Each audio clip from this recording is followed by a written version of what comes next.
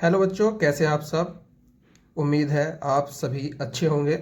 तो आज की जो क्लास है वो हमारी जो 13 दिसंबर को आपका एग्ज़ाम हुआ था उसी की एक्सपेक्टेड कट ऑफ के बारे में है। यहाँ पर आपको एक आइडिया देने की मैं कोशिश करूँगा।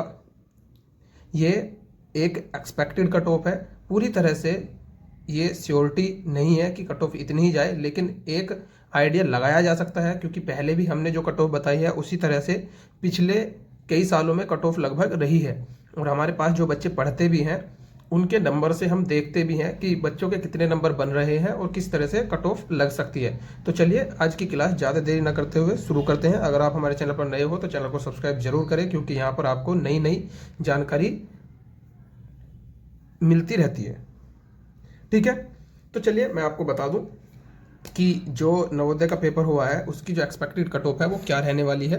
तो यहाँ पे हम चार डिवाइड में हमने इसको बांटा है, सॉरी 4 कैटेगरी में हमने इसको डिवाइड किया है। जनरल, ओबीसी, एससी और एसटी। यहाँ पर दो तरह से कट ऑफ लगती है, अगर आपको नहीं पता मैं बता दूं। एक शहरी क्षेत्र की लगती है और ग्रामीण क्षेत्र की। ये जो कट ऑफ है ये कई चीज़ों पर वेरी करती है, जैसे बॉयज़ की अलग जाती है, गर्ल्स की अलग, उसमें भी शहरी और ग्रामीण की अलग अलग जाती है। तो चलिए एक छोटा सा एक आइडिया हम जनरेट करते हैं जिससे आपको आइडिया लग जाए कि आप किस सेफ जोन में हैं या नहीं हैं। ठीक है, तो सबसे पहले मैं छोटी सी एक बात बता दूं जिससे आपको कट ऑफ आसानी से समझ आएगी। इधर मैं डिस्कस करता हूं। देखिए, आप जानते हैं कि इस बार रीजनिंग, मैथ और हिंदी बिल्कुल पेपर का जो लेवल था वो इजी था। लेवल हम बोलेंगे इजी था। आप भी सब लोग जानते होंगे कि पेपर का लेवल इस बार इजी था। तो अगर हम मोटा मोटी बात करें तो रीजनिंग में सब बच्चे लगभग जो पढ़ते हैं, जो नहीं पढ़ते उनके तो बारे में कहा ही नहीं जा सकता, लेकिन जो पढ़ते हैं वो 39 से 40 क्वेश्चन तक, यानी बटे में से बटे भी सही कर सकते हैं और सही किए भी होंगे जो बच्चे पढ़ने वाले होते हैं। ये मैंने एक आइडिया बताया आपको। उसी तरह से मैथ का कोई भी सवाल मुश्किल नहीं था। फिर भी अगर हम एक सवाल को मुश्किल मान लें तो बच्चा आसानी से 18 या 19 सवाल कर लेगा। एक सवाल इसमें छूटता है। ठीक है, ये बिल्कुल सही डाटा है। आपको आप एग्जाम उठाकर देख भी लें तो आपको पता चल जाएगा कि कितना लेवल जो है इसका आया था। हिंदी की मैं बात करूं तो हिंदी में 20 क्वेश्चन होते हैं।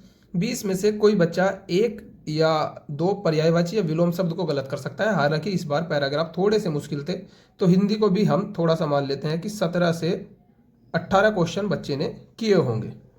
ठीक है, तो थोड़ी सी हिंदी के पैराग्राफ टफ थे, बाकी सारा पोर्शन आसान था। तो अगर मैं एक आइडिया लूँ तो यहाँ से बच्चा जो एवरेज बच्चा पढ़ने वाला है वो 39 क्वेश्चन आपके इसमें कर देगा रीजनिंग में, और 18 से 19 क्वेश्चन वो मैथ में करता है। तो मान लीजिए कोई बच्चा 19 क्वेश्चन करता है, आप इसको 18 भी मान सकते हैं, एक दो नंबर का वैरी हो जाता है, कोई इससे ज़्यादा दिक्कत नहीं आएगी। और जो हिंदी में है वो बच्चा 18 क्वेश्चन करता है। तो अब देखिए यहाँ पर कितने आपके क्वेश्चन बनते हैं, उसको एक बार आप अपनी ध्यान से देख लीजिए। 9 और 9 18, 18 और 8 26 होते हैं हासिल। 2 3 और एक 4 और एक 5, 5 और 2 7। 80 में से कोई भी बच्चा 76 क्वेश्चन, आप 76 की बजाय लगभग 75 क्वेश्चन मान लीजिए कि जो एवरेज बच्चा है वो 75 क्वेश्चन कर लेता है। अब आप जानते हैं एक क्वेश्चन 1.25 नंबर का है, तो इसकी अगर मैं 1.25 में गुना करता हूं तो ये हो जाते हैं 93.75, यानी कि जो सही बच्चा है पढ़ने वाला वो आसानी से 93.75 नंबर इसमें ला सकता है। तो इसी को बेस बनाते हुए आपको एक थोड़ा सा आइडिया लग गया होगा। पेपर जैसा कि इजी था, थोड़ा सा इसको आप हिंदी को अलग मान सकते हैं, बाकी पेपर आसान ही था। अगर ओवरऑल कहा जाए तो पेपर आसान ही था।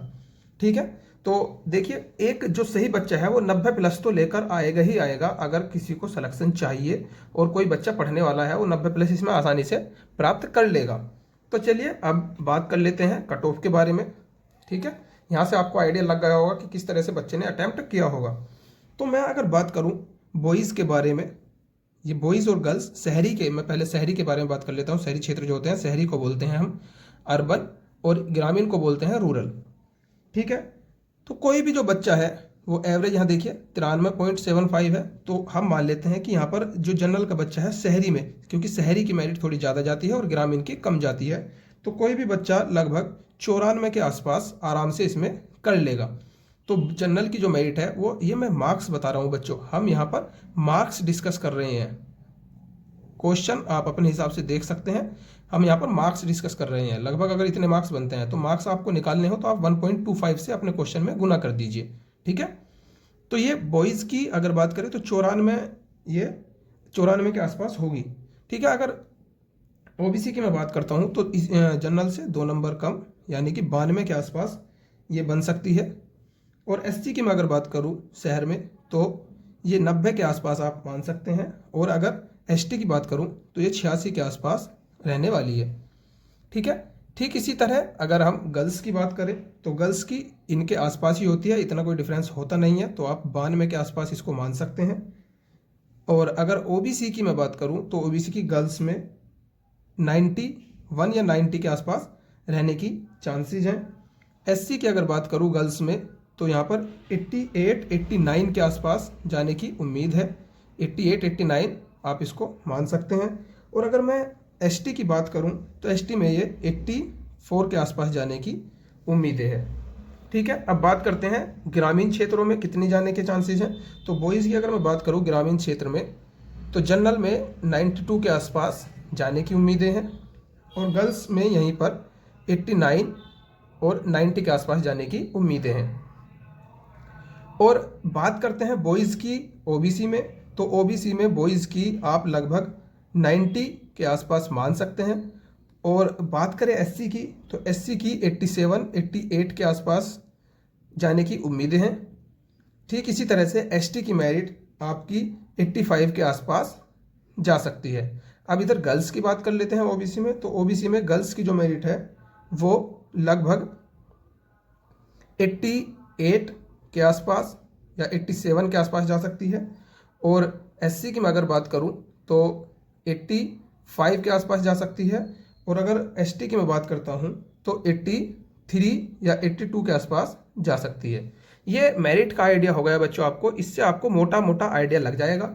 ये मेरिट बिल्कुल एग्जैक्ट नहीं है, ये थोड़ा सा आइडिया होता है। तो फिर भी ये जो सब क्वेश्चन है इनमें आप 2 नंबर का प्लस माइनस करके जरूर रखें, यानी कि 2 नंबर ऊपर नीचे हो जाती है। अब मैं आपको एक छोटी सी बात बताता हूँ, सबसे इम्पोर्टेंट बात, कि जो जवाहर नवोदय विद्यालय है वो कट ऑफ जारी नहीं करता है।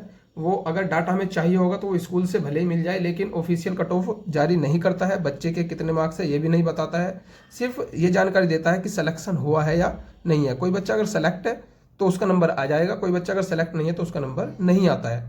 तो फिर भी बच्चों के मार्क्स से, बच्चों को कितने मार्क्स पर सिलेक्शन मिल गया है उससे ही आइडिया हम इसका ले लेते हैं। तो उसी के आइडिया से आपकी जो कट ऑफ है वो बताई गई है। फिर भी आप इन क्वेश्चनों इन नंबरों में प्लस माइनस 2 का वेरिएशन रख कर चलें। अगर आपके इतने नंबर बन रहे हैं तो आप सेफ जोन में हैं, ठीक है बच्चों। तो इस तरह से आपको पता चल जाएगा। अब बात कर लेते हैं रिजल्ट की। तो बच्चों आपका रिजल्ट कब आएगा उसके बारे में थोड़ा सा मैं आपको यहाँ पर आइडिया दे देता हूँ, ठीक है। जैसे कि आप सभी लोग जानते हैं कि आपका पेपर 13 दिसंबर को संपन्न हो गया है, 13 दिसंबर 2025 को। और अगर रिजल्ट बिल्कुल सही सलामत इन्होंने अपने टाइम पर दिया तो लगभग 2 महीने लग जाते हैं। तो जनवरी फरवरी, यानी कि आपका फरवरी में रिजल्ट आने के पूरे चांस बनते हैं। तो आपका रिजल्ट फरवरी में आ जाएगा, ठीक है। तो उम्मीद है आपको सारी जानकारी समझ अच्छे से आ गई होगी, आप चीज़ों को ठीक से समझ गए होंगे। फिर भी अगर आपको कोई डाउट है तो हमें कमेंट बॉक्स में ज़रूर बताएं। मैं आपको फिर से बोल रहा हूँ कि एग्जैक्ट कट ऑफ नहीं है, ये सिर्फ एक आइडिया है, ठीक है। फिर भी अगर आपके इतने आसपास नंबर बनते हैं तो आपका सिलेक्शन होने के चांस ज़्यादा से ज़्यादा बन जाते हैं। अगर आप किसी भी टॉपिक पर और वीडियो चाहते हैं तो हमें कमेंट बॉक्स में ज़रूर बताएं। और मैं आपको एक जानकारी बता दूं कि अगर आपने अभी तक अपने नंबर चेक नहीं किए हैं तो आप 13 दिसंबर का, जो 13 दिसंबर को एग्जाम हुआ है उसका सॉल्यूशन हमने अपने SR फ्यूचर एकेडमी चैनल पर डाल दिया है। तो आप वहाँ से ज़रूर उसको मैच कर ले अपने आंसर से। और अगर आपको कोई छोटा भाई आगे तैयारी कर रहा है तो उसको भी फॉरवर्ड कर दें। और हमें कमेंट बॉक्स में ज़रूर बताएं कि आपके कितने नंबर बन रहे हैं। धन्यवाद।